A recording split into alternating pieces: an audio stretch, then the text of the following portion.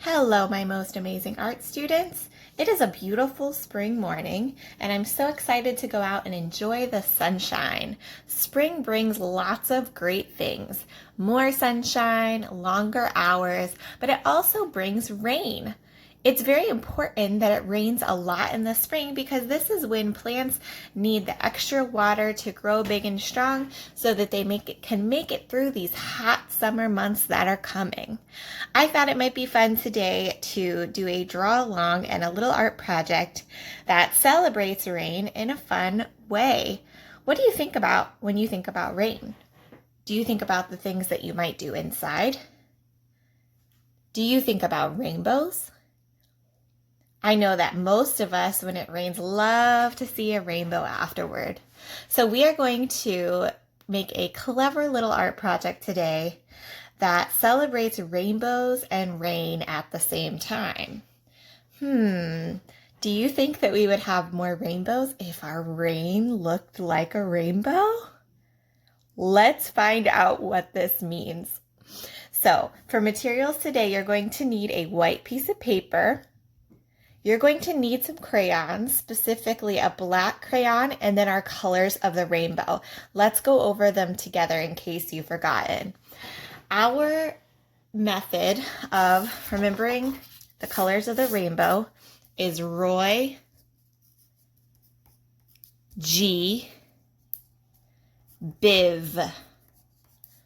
ROYGBIV. This is called an acronym when you use letters and like a made-up word here to remember something. So what do you think the R stands for in ROYGBIV?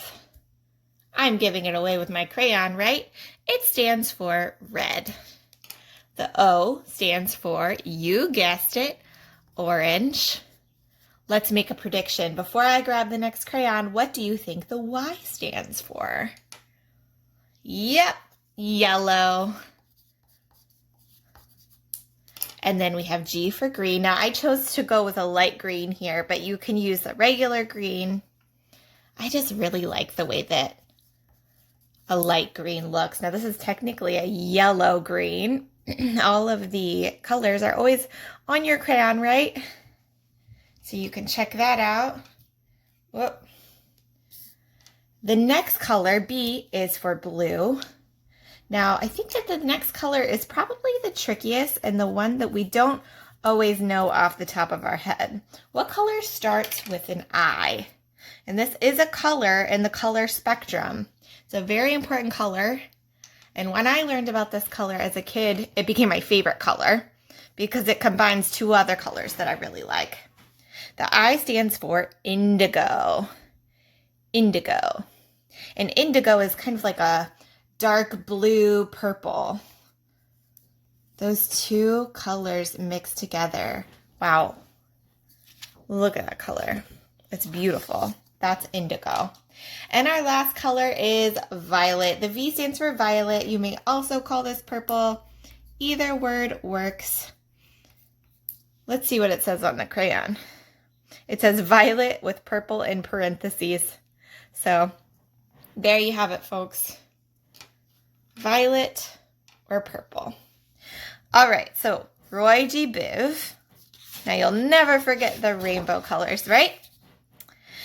Now we are going to start with our black crayon. We are going to be doing something called wax resist. So some of you may already know this based on the projects that we've done in class, but when you use crayon to draw and then you use a watercolor paint over top of the crayon, what happens? What happens when you do this is the paint and the water will resist the wax. The wax has this property that just repels the water from watercolor paint. So you should still be able to see your crayon lines really nicely, even when you paint over top of them. All right, we've got our black crayon in hand. And we're going to start drawing. If I go too fast for you, feel free to pause the video so that you can catch up. The first thing that we're going to draw is we're going to draw a pretty large umbrella. We want the umbrella to take up most of the picture. okay? There will still be some background areas around the umbrella, but we want our umbrella to be the main focus of our picture, okay? So start at the top of your paper, right around up here maybe, and I want you to draw right in the middle top, a small-ish triangle. A triangle is a shape that has 3 sides and 3 corners. So there we have it, a small triangle. Now what we're going to do is we're going to draw 2 big curved lines. Our curved lines are going to start at the bottom 2 corners of the triangle and come about halfway down our paper.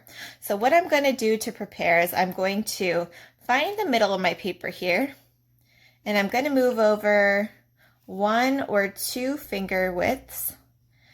I'm going to do 1 since my fingers are probably bigger than yours, but if you've got little fingers, you might want to use 2 fingers, right? And right in the middle finger over, I'm going to draw a little dot here. I'm going to do the same thing on the other side. I want this dot to be even with my dot on the other side. This is a little tricky. So eyeball it first before you make your dot.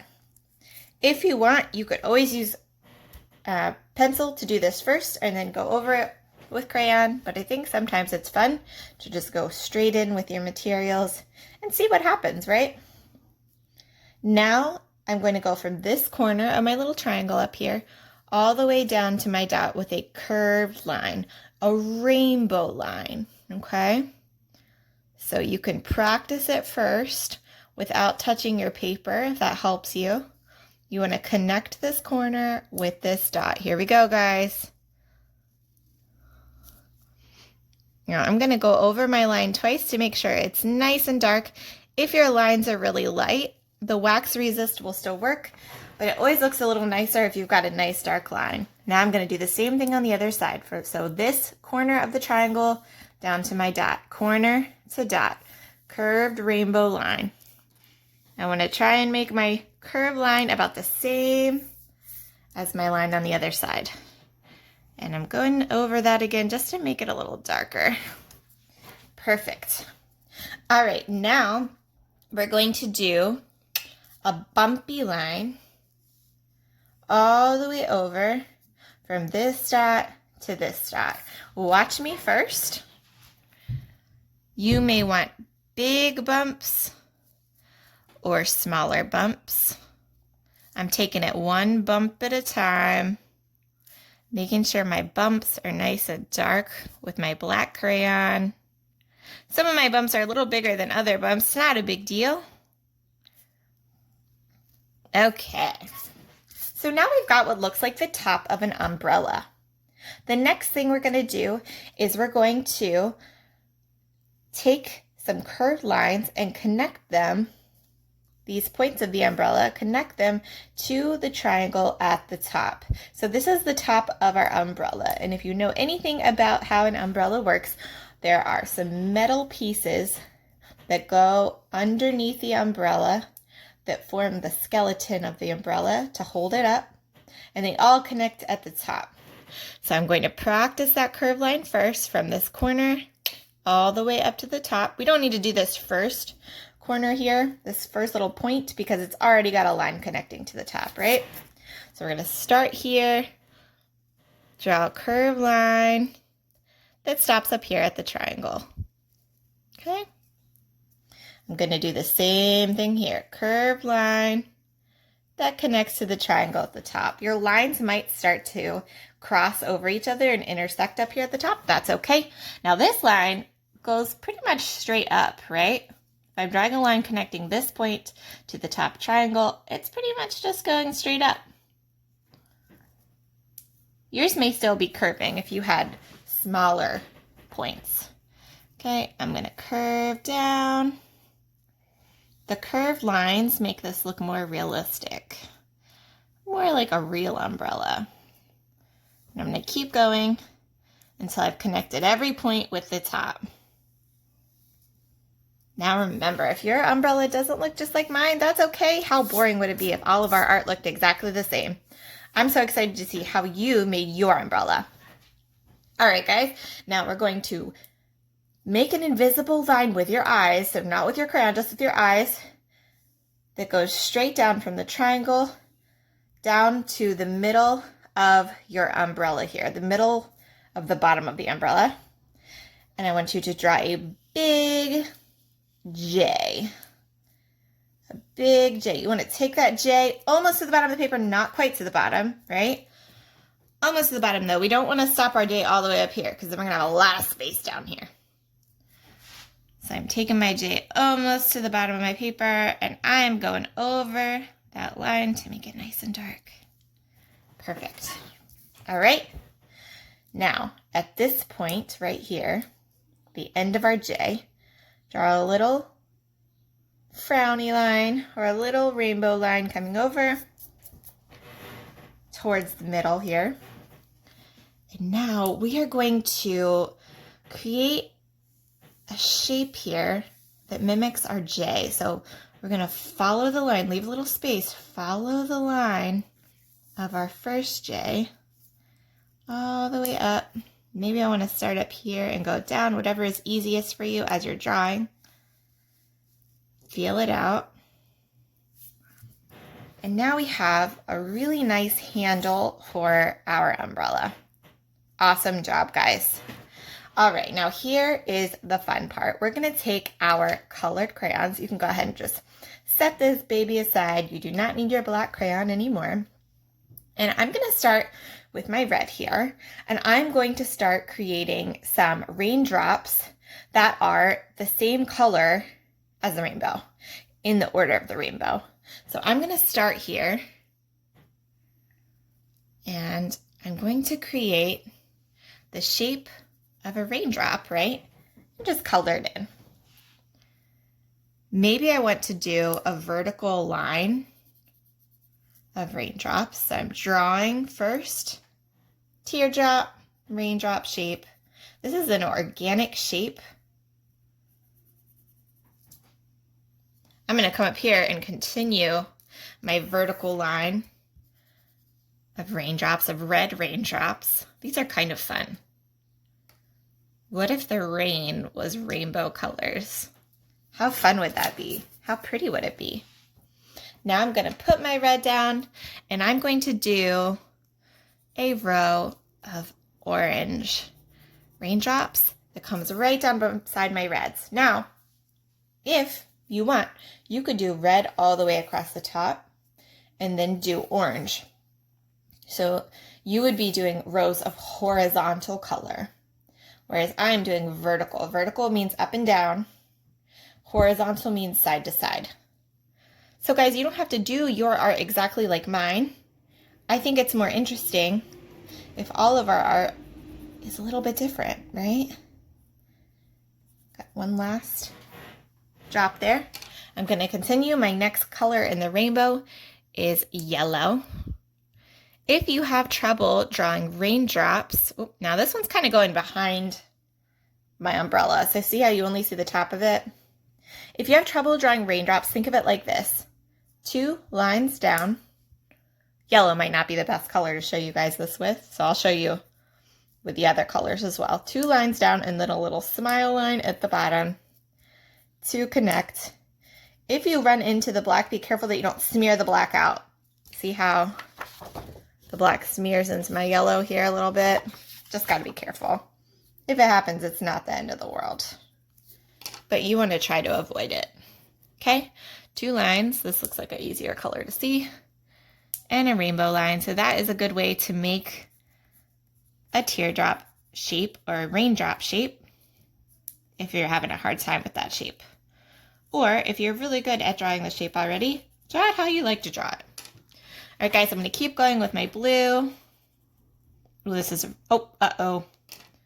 I went straight in with my indigo. That is indigo, Miss Green. I'm going to go over it with the blue a little bit to try and hide it. And it looks like I'm not going to be able to see much of my blue. I'm going to move my blue over a little bit. I definitely want to see this beautiful blue. It's a little upside down carrot. Uh-oh, I've got the space over here though. Awkward. There we go. All right, now I can go in with my indigo. Indigo is the color in between blue and purple. So if you're used to drawing a rainbow with blue and purple beside each other, indigo actually should go in there. Sometimes I don't teach you guys that till you're a little bit older. But why not learn something new today? Okay, and then purple is that last color. I'm going to make it look like this raindrop is kind of off the page a little bit.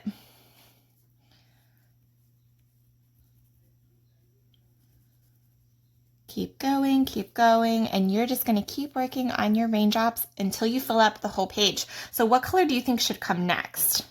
Because my page is not filled up, and I don't want to leave all this white space over here. What do you think should logically come next? Should I do another row of indigo? Go backwards? Should I just pick another color like green? I think that the best idea, if I really want this to look like a rainbow, is to start back over with red. Okay. Now, if you're already done your raindrops, you can speed up the video a little bit. I'm going to keep going. Finish my raindrops with you in real time. And I'm going to kind of go a little fast here to get it done so I can show you the next step. But I want you to make sure that you are taking your time. You have got all the time in the world right now. So take your time, do a neat job, make something that you're proud of and that you'll want to keep and show off, right? What's the point of making all this art if we're just going to throw it away? Make sure that you're creating something that you're proud of.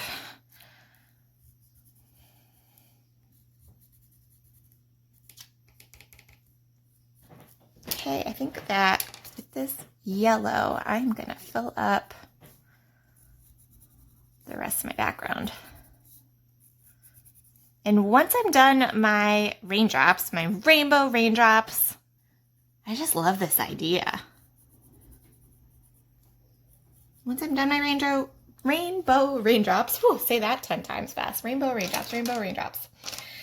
Now I'm done with my crayons, so I can go ahead and set those aside, and I'm gonna get out my watercolor paints. Now, if you do not have watercolor paints at home, you can continue to use your crayons to color in your umbrella, color your handle, and maybe take a light blue to color in the background, right? A light blue, or maybe even you could take the black crayon and color real lightly in the background. That would be a little tricky, but you could do it.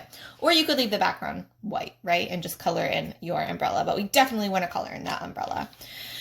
If you have watercolor paints, you're going to get to experiment with the wax resist method. Okay, so this is a technique that you can use in your art. Oh, I see a little something that I'm not happy with. There we go. So guys, you need a little bit of water, clean water, something to wipe your brush on, like a napkin or a paper towel, a paintbrush, and some watercolor paints. I'm not sure if this would work very well with other types of paints. Really, watercolor is the best for this. All right, so I can choose to make my umbrella a rainbow color as well, but I think I'm going to stick with some cool colors here.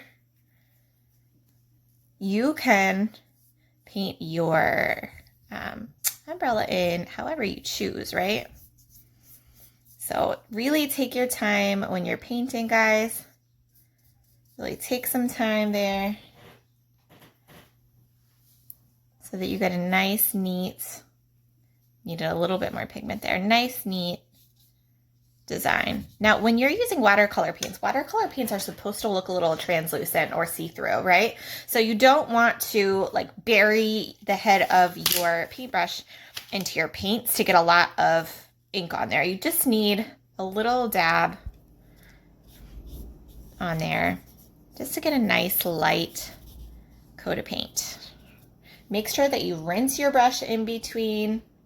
Wipe your brush on the cup. Don't tap, because we know what happens when we tap is sometimes little bits of water go flying everywhere. So I'm going to make a cool color pattern here. Oop, and I didn't really make a good pattern because I should have used blue next. But guess what? It's my umbrella and I can make it how I want, right? So have that attitude when you're making your art, because you are the artist. You make the creative decisions. And right now I'm thinking about what color I'm going to do the handle. I think for my background, I'm going to try using some black paint.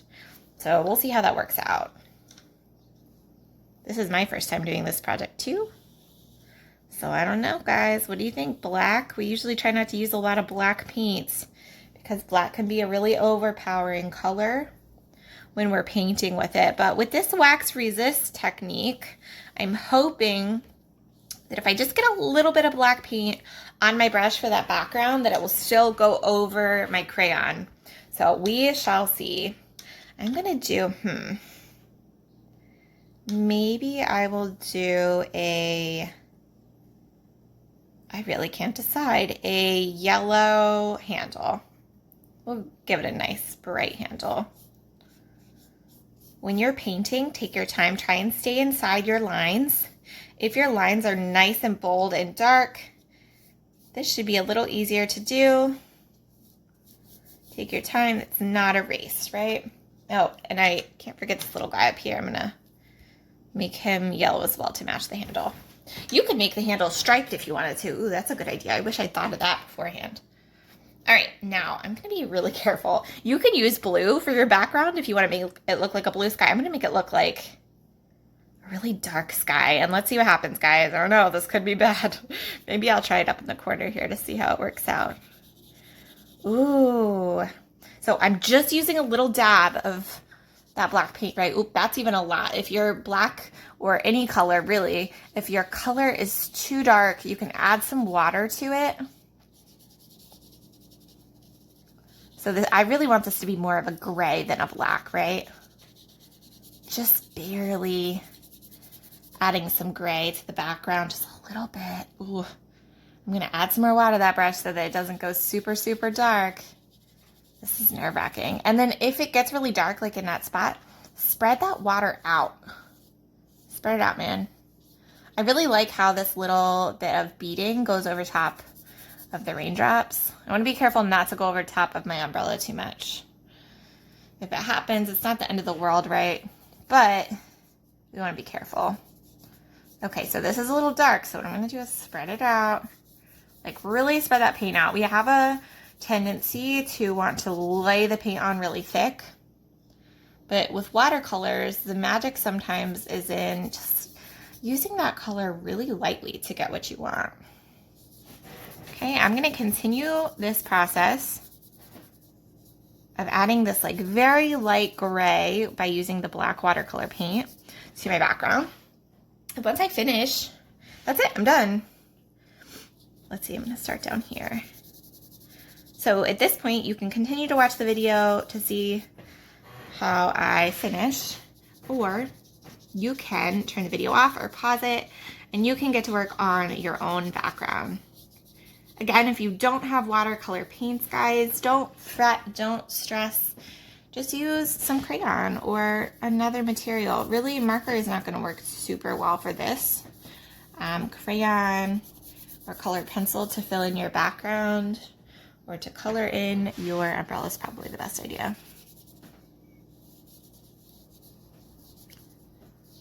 Spread out that paint as much as you can.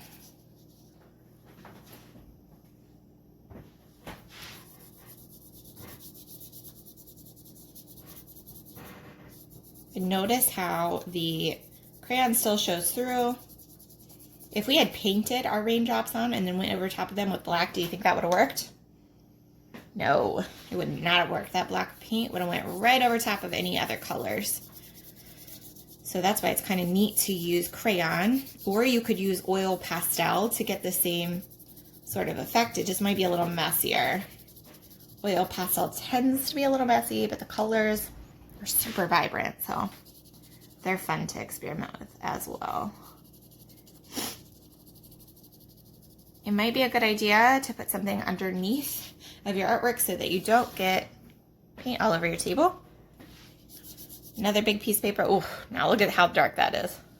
Miss green. We cannot be leaving it like that, right? So I just added more water to my brush and I'm spreading out that paint. Spread out, spread out. It's still pretty dark.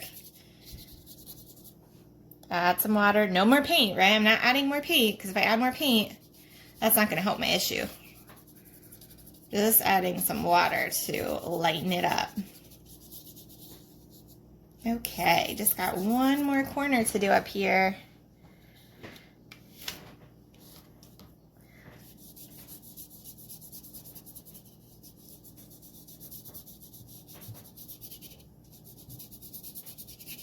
And see how a little bit of watercolor paint can really go a long way. That's something I want you to really think about with this project, because when we make things in art class, sometimes we use way more paint than we really need to. We could just use a little bit and add more water. This is a good time to practice that. All right. So I've still got some areas that are a little darker than I want them to, but think about how the sky looks when it rains. Sometimes some areas are darker than other areas. So activate your growth mindset there and think about how you can make whatever things that you might think are a mistake. Think about how you can turn that around to something that works for your image. All right, this is done. I need to set it out and let it dry. I hope you guys enjoyed this activity. And next time it rains, maybe think about all the awesome things that rain does for us and does for our planet and our earth and the flowers. The planet and the earth, guys. With that, I'm going to sign off. I hope you guys have a wonderful week full of fun. Stay safe. Love you guys. Bye.